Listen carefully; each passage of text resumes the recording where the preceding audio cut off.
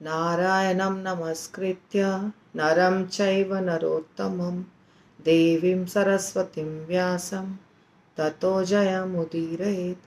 नष्टप्रायेषु भद्रेषु नित्यं भागवत सेवया भगवतीरुत्तमश्लोके भक्तिर्भवति नैष्ठिकी। कृष्णाय वासुदेवाय देवकी नंदनाय च नंदगोपकुमाराय गोविंदाय नमो नमः। जय श्री कृष्ण चैतन्य प्रभु नित्यानंद श्री अद्वैत गदाधर शिवासादि गौर भक्तवृंद। हरे कृष्णा कृष्णा कृष्णा हरे हरे, हरे राम राम राम हरे हरे। श्रीमद् भागवतम स्कंध 1 अध्याय 5 और श्लोक संख्या सारा हो चुका है अध्याय 5 का, परंतु मैं प्रभुपाद के तात्पर्य से उसको कंप्लीट करना चाहती हूँ। जो तात्पर्य में लिखा है उसको लेते हुए, तो इसलिए कल हमने कुछ तात्पर्य कवर किया है और आज हम पूरा कवर कर लेंगे। ठीक है। 32वें नंबर श्लोक के तात्पर्य में प्रभुपाद ने लिखा है, सर्वोत्तम बात तो यह होगी कि समस्त भौतिक कार्यों से छुटकारा पाकर अपने आप को भगवान की दिव्य लीलाओं के श्रवण में लगाया जाए। सर्वोत्तम बात अर्थात सबसे अच्छी बात है कि सब छोड़ दो। रिटायरमेंट जैसे होता है ना व्यक्ति का, वैसे रिटायरमेंट ले लो। अगर किसी के पास धन है इतना कि वो खा पी सकता है, अपना काम चला सकता है, तो उसको काम छोड़ देना चाहिए और भगवान के दिव्य लीलाओं का श्रवण करना चाहिए। जिसके पास ऐसा नहीं है, जिसको कमाना ज़रूरी है, बच्चे छोटे हैं और कोई संपत्ति इकट्ठी नहीं है, उनकी पैतृक संपत्ति इत्यादि, तो उनको तो काम करना ही पड़ेगा। तो उनको क्या करना चाहिए? ऐसा अवसर प्राप्त न होने पर मनुष्य को चाहिए जिन जिन वस्तुओं के प्रति आकर्षित है उन्हें भगवान की सेवा में लगाए। जो चीज़ उसको अच्छा लगता है भगवान की सेवा में लगाना चाहिए। शांति तथा संपन्नता का यही मार्ग है। तो कहने का मतलब श्रील प्रभुपाद ये कह रहे हैं कि जब तक भगवान के सेवा में हम नहीं जुड़ेंगे तब तक शांति नहीं मिलेगी और हमेशा कमी महसूस होगी, संपन्नता नहीं आएगी।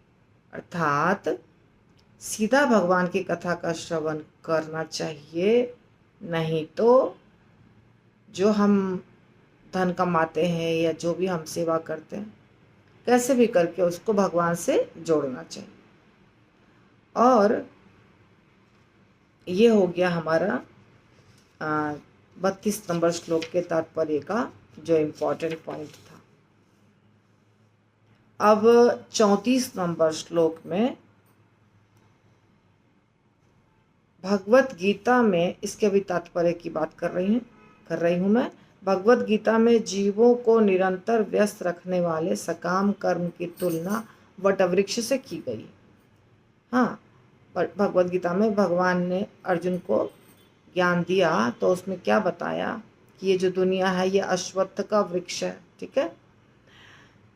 तो कैसे अश्वत्थ का वृक्ष है इसको समझा रहे हैं प्रभुपाद कि सकाम कर्म की तुलना की है अश्वत्थ वृक्ष से।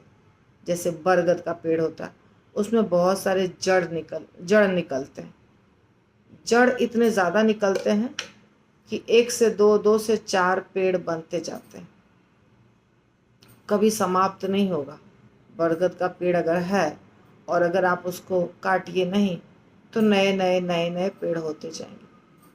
ठीक वैसे ही हम जब कोई कर्म करते हैं तो एक कर्म का परिणाम, रिजल्ट जो है वो कुछ निकलता है, फिर दूसरा कर्म, फिर उसका परिणाम, फिर तीसरा कर्म, फिर उसका परिणाम, और फिर हम इस दुनिया में फंसे रह जाते हैं।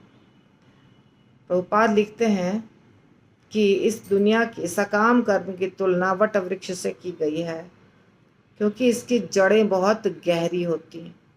जड़ जो होता है ना, बहुत नीचे तक जाता है। तो जब तक सकाम कर्म की इच्छा बनी रहेगी, मनुष्य एक शरीर से दूसरे, दूसरे से तीसरे, तीसरे से चौथे शरीरों को बदलता रहेगा। एक से दूसरे में जाएगा, दूसरे से तीसरे में, अर्थात इसी दुनिया में शरीर परिवर्तन करता रहेगा और चक्कर काटता रहेगा। यही भोग इच्छा भगवान की सेवा करने की इच्छा में बदली जा सकती है।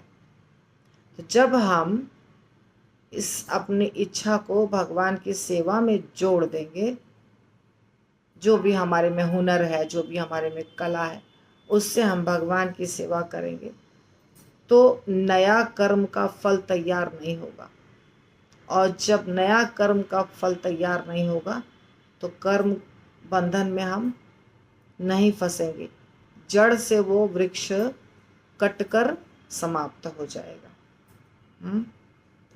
देखिए, लिखे हैं प्रभुपाद, जब समस्त सकाम तथा अन्य कर्मों को भगवान की सेवा में लगा दिया जाता है तो नए कर्म उत्पन्न नहीं होते और धीरे धीरे दिव्य भक्ति का विकास होता है, जिससे न केवल कर्म रूपी वट वृक्ष का पूर्णतया मूलोच्छेद होगा, अपितु वह कर्ता की को भगवान के चरण कमलों तक ले जाएगी।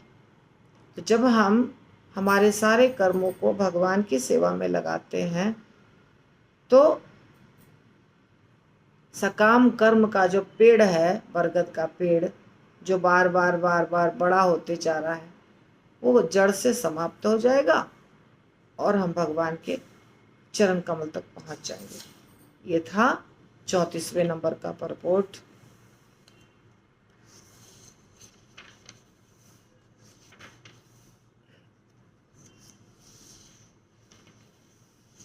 और कुछ इसमें विशेष नहीं है, जितना प्रभुपाद ने लिखा है हमने समझ लिया। अब हम नए अध्याय को शुरू करेंगे।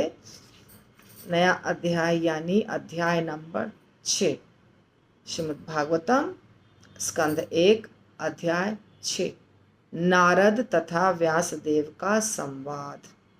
सूत उवाच, एवं निशम्य भगवान देवर्षे जन्म कर्म च भूयः पप्रच्छ तं ब्रह्मन् व्यासः सत्यवती सुतः। श्रील प्रभुपाद की जय। सूत गोस्वामी ने कहा, इस प्रकार एवं इस प्रकार निशम्य सुनकर भगवान ईश्वर का शक्त्यावेश अवतार, देवर्षे देवर्षि का जन्म कर्म,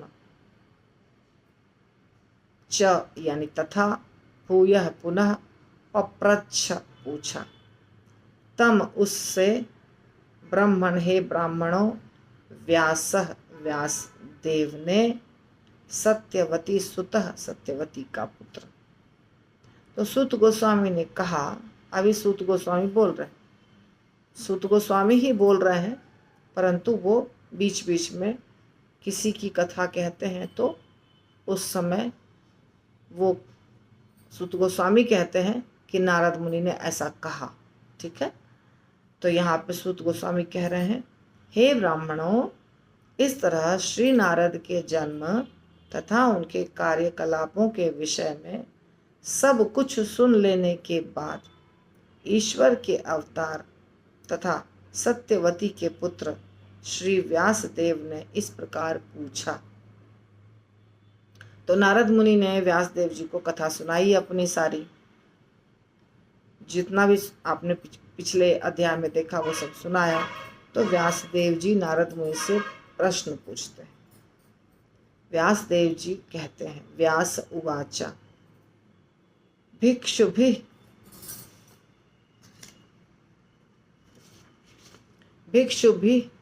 विप्रविस विप्रवसिते विज्ञान आदेष्ट भी तव वर्तमानः वयसि आद्ये ततः किम अकरोत् भवान।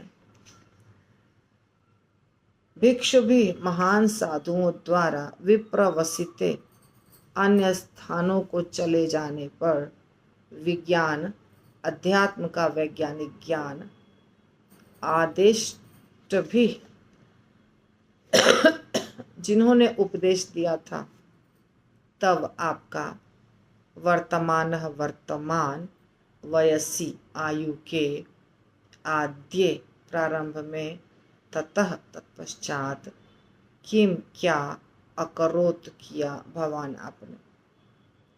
तो व्यासदेव जी को संतुष्टि नहीं हुई उतना थोड़ा सा सुन के, इसीलिए वो नारद मुनि से पूछते हैं कि आपने उन महामुनियों के चले जाने पर क्या किया जिन्होंने आपके इस जन्म के प्रारंभ होने से पूर्व आपको दिव्य वैज्ञानिक ज्ञान प्रदान किया था।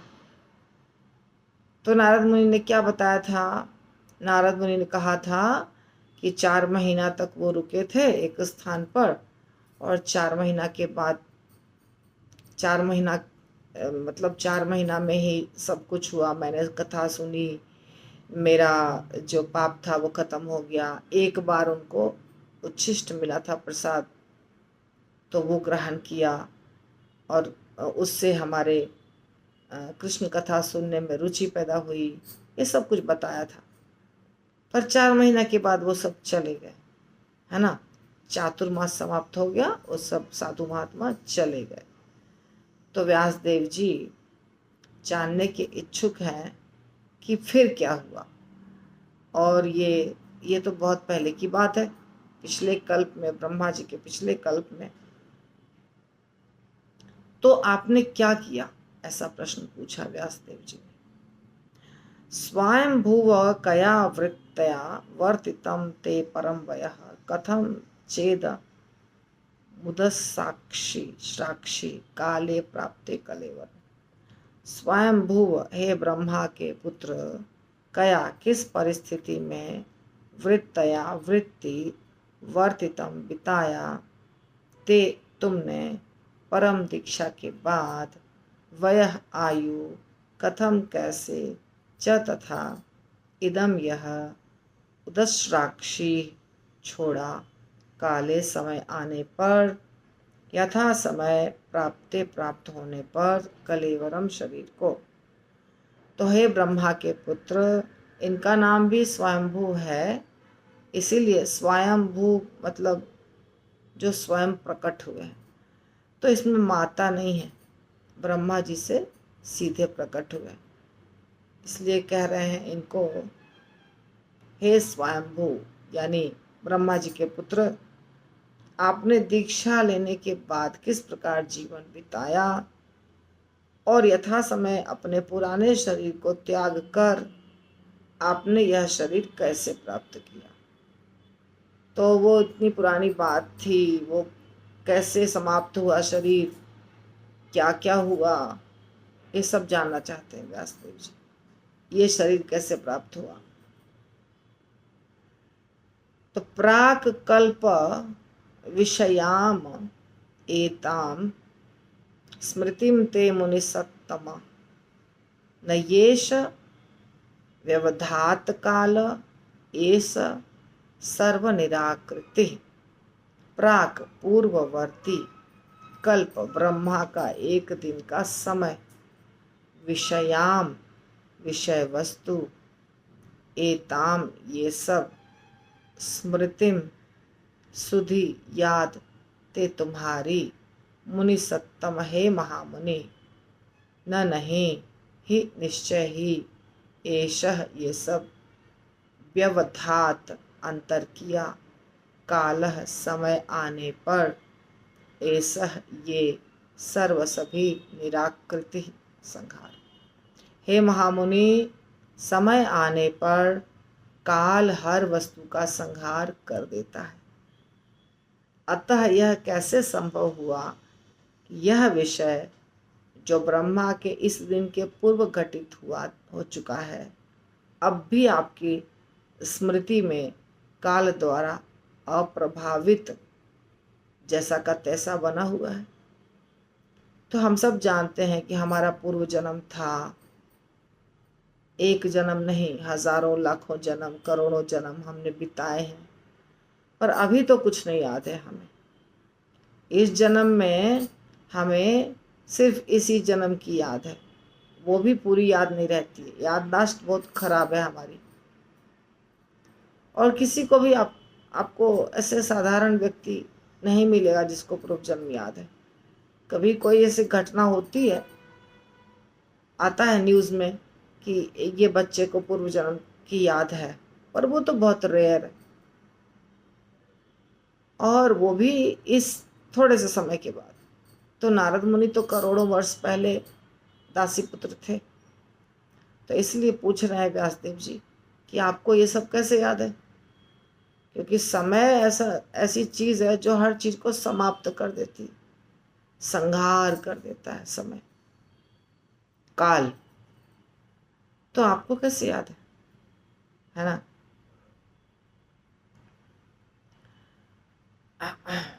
प्रभुपाद लिखते हैं, छोटा सा तात्पर्य है, जिस प्रकार भौतिक शरीर के विनाश के बाद भी आत्मा नष्ट नहीं होती, उसी तरह आध्यात्मिक चेतना भी नष्ट नहीं होती।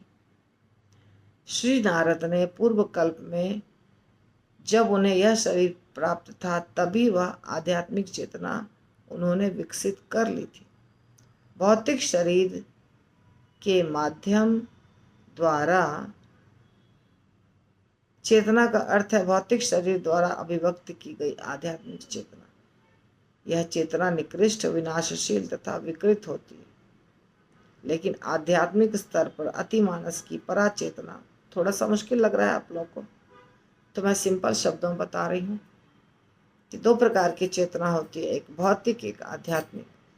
भौतिक चेतना निकृष्ट है और समाप्त हो जाती है, पर आध्यात्मिक चेतना बहुत ऊंचे स्तर की चेतना है, समाप्त नहीं होती। अभी हम लोग अगर भक्ति कर रहे हैं, कुछ भी भक्तिमय कार्य कर रहे हैं, सेवा कर रहे हैं, माला कर रहे हैं, कृष्ण के लिए कुछ करना चाह रहे हैं, कुछ भी सत्संग सुनना चाह रहे हैं, तो ये अगले जन्म में भी हम जो अभी लाइफ स्टाइल अपना बना लिए हैं, जीने का ढंग, अगले जन्म में भी इसी तरह जिएंगे हम। अगर हमें कोई ऐसे जीने नहीं देगा तो हम विद्रोह करेंगे, लेकिन हमको जीना तो ऐसे ही है, क्योंकि हमें इस प्रकार के जीवन की आदत बन गई। तो इसलिए चिंता की बात नहीं है। जो व्यक्ति, जिसका जो स्वभाव दिखाई देता है ना, उसके पूर्व जन्म के कारण है। तो इसलिए यदि स्वभाव को ठीक करना है, यही समय है ठीक करने का। अपने आप नहीं ठीक होगा, प्रयास के बाद ठीक होता है। ठीक है। तो चूंकि आध्यात्मिक, ऐसा प्रभुपाद कह रहे हैं, नारद मुनि अभी खुद उत्तर देंगे। नारद उवाच भिक्षुभिः विप्रवसिते विज्ञान आदिष्टुभिः मम वर्तमानो वयसि आद्ये तत् एतद् अकारशम। नारद जी कहते हैं, भिक्षु भी यानी मुनि, सब जो मुनिगण थे, मुनियों के द्वारा विप्रवसिते अन्य स्थान को चले जाने पर विज्ञान, व्यावहारिक आध्यात्मिक ज्ञान आदिष्ट भी जिन्होंने मुझे प्रदान किया था, मम मेरा वर्तमान वयसी आद्य इस जीवन के पूर्व, ततः तत्पश्चात एतत इतना अकारशम संपन्न किया। नारद जी ने कहा, जिन ऋषियों ने मुझे अध्यात्म का व्यावहारिक ज्ञान प्रदान किया था, वे अन्य स्थान को चले गए और मुझे इस प्रकार से अपना जीवन बिताना पड़ा। तो बताने जा रहे हैं कि क्या हुआ फिर आगे, ऐसा बताने जा रहे हैं नारद मुनि। एकात्मजा मे जननी योशिन मूढ़ा च किंकरी मयि आत्मजे अनन्य गतौ चक्रे स्नेह अनुबंधनम। एक आत्मजा, एक संतान वाली नारद मुनि की माता को सिर्फ एक ही बच्चा था। नारद यानी पिछले जन्म का नारद, उनका पुत्र, जो भी उस समय का नाम नहीं बताया गया। तो नारद मुनि इकलौती संतान थे अपनी माता की, इसलिए एकात्मजा, मैं जननी, मेरी जो माता थी, मेरी जननी जो थी, योषित स्त्री जाति थी, स्त्री थी, मूढ़ा मूर्ख, च तथा किंकरी दासी, पढ़ी लिखी नहीं थी, दासी थी। मई मुझ आत्मजे संतान में अनन्य गतो, जिसकी रक्षा का कोई अन्य साधन न हो। चक्रे किया, स्नेह अनुबंधनम, प्रेम के बंधन में बंधा।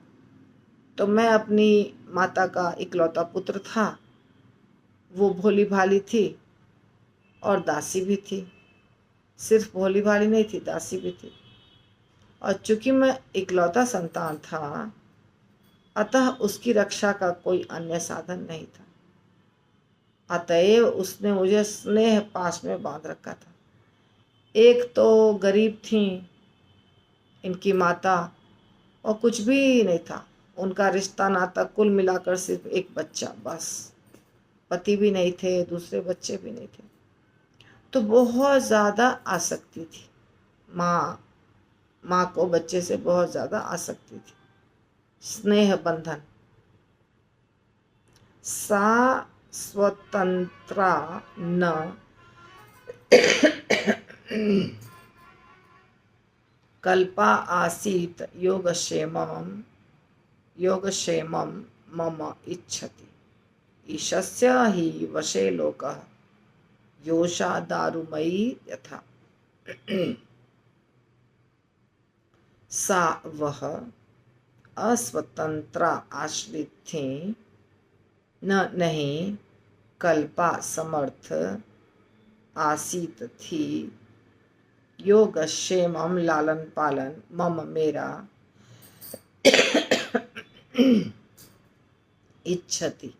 यद्यपि उत्सुक ईशस्य ईश्वर का ही, क्योंकि वशे वश में लोक प्रत्येक व्यक्ति, योषा गुड़िया, दारुमयी काठ की बनी यथा जिस तरह वह मेरा लालन पालन अच्छी तरह करना चाहती थी, लेकिन पराश्रित होने के कारण वो मेरे लिए कुछ भी नहीं कर पाती थी। यह संसार परमेश्वर के पूर्ण नियंत्रण में है, अतएव प्रत्येक व्यक्ति कठपुतली नचाने वाले के हाथ में काठ की गुड़िया के समान है। तो हर माता को इच्छा होती है ना कि हम अपने बच्चे को अच्छा कपड़ा पहनाएं, अच्छा खिलाएं, अच्छे स्कूल में पढ़ाएं, है ना। ये सारी इच्छा तो हर माता की होती है, लेकिन नहीं पूरी होती है। कुछ की होती है, कुछ की नहीं, क्योंकि ये सब चीज़ के लिए धन चाहिए। तो नारद मुनि की जो माता थी, उनके पास तो पूरा धन नहीं था, पराश्रित थी, दूसरे के ऊपर आश्रित थी। तो वो चाहती थी सब कुछ करना, पर कर नहीं पाती थी। तो नारद मुनि कहते हैं, ये जो दुनिया है, ये दुनिया भगवान के हाथ में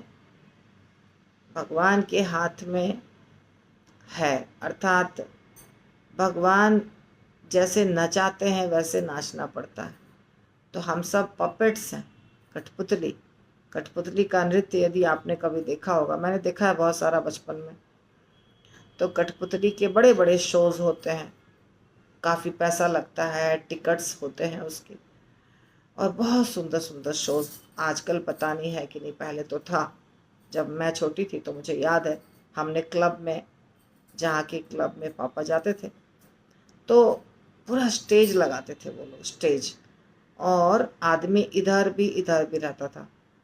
कोई आदमी दिखाई नहीं देता था, लेकिन कठपुतलियाँ आपस में सब कुछ, प्रेम मोहब्बत झगड़ा लड़ाई सब कुछ करते थे, ऐसे वैसे वैसे वैसे। कोई व्यक्ति नहीं दिखाई देता था, और धागा इतना पतला होता था कि कुछ समझ में नहीं आता था किसी ने धागा पकड़ा है। और लास्ट में वो लोग आते थे जो कठपुतली नचाने वाले।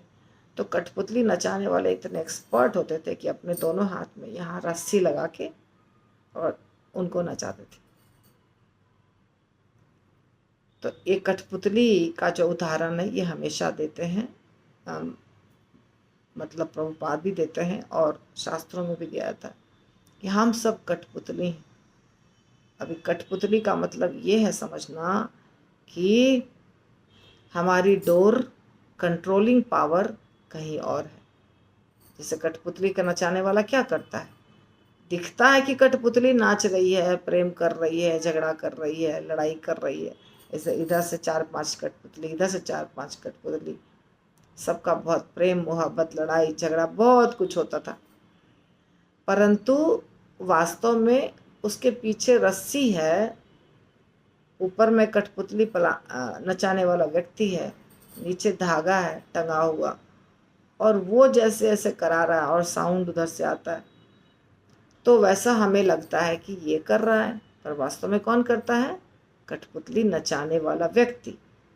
तो हम सब कठपुतली हैं और नचाने वाले हैं भगवान। भगवान के हाथ में हम कठपुतली हैं, हमारा धागा जो है वो भगवान के हाथ में है, वो जैसे कराएंगे वैसे हम करेंगे, ऐसी यही सच्चाई है। ये क्यों बता रहे हैं नारद मुनि, वो अगले श्लोक में पता चलेगा आपको।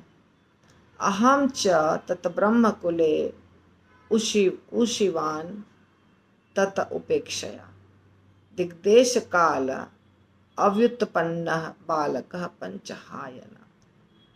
अहम मैं च भी तथा उस ब्रह्म कुले ब्राह्मणों के स्कूल में उशिवान रहता था, तत् उसका उपेक्षया आश्रित दिक्देश दिशा तथा देश काल समय अव्युत्पन्न अनुभव विहीन बालक मात्र बालक 5 हायन वर्ष का।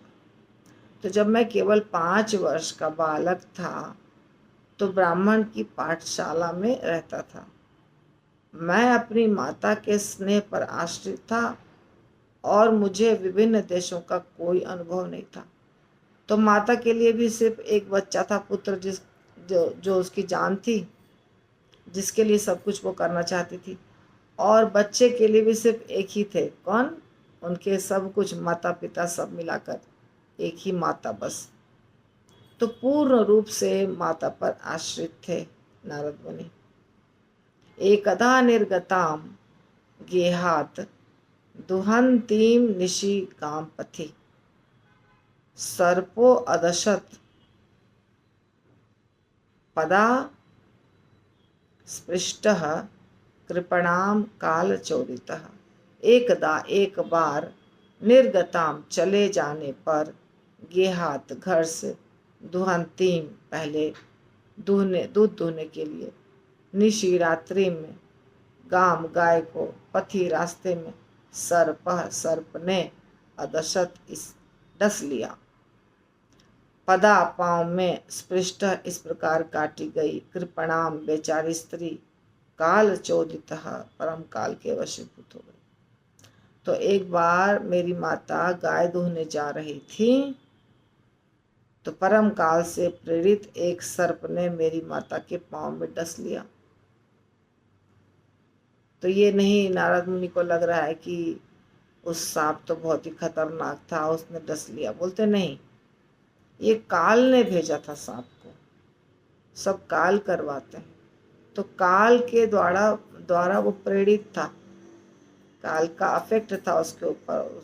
जब माता गाय दूहने के लिए जा रही थी तो सर्प ने माता को डस लिया।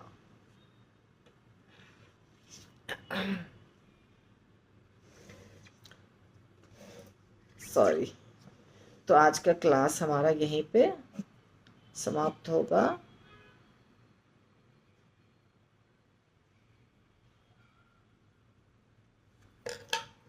श्रील प्रभुपाद की जय, श्रीमद् भागवतम की जय।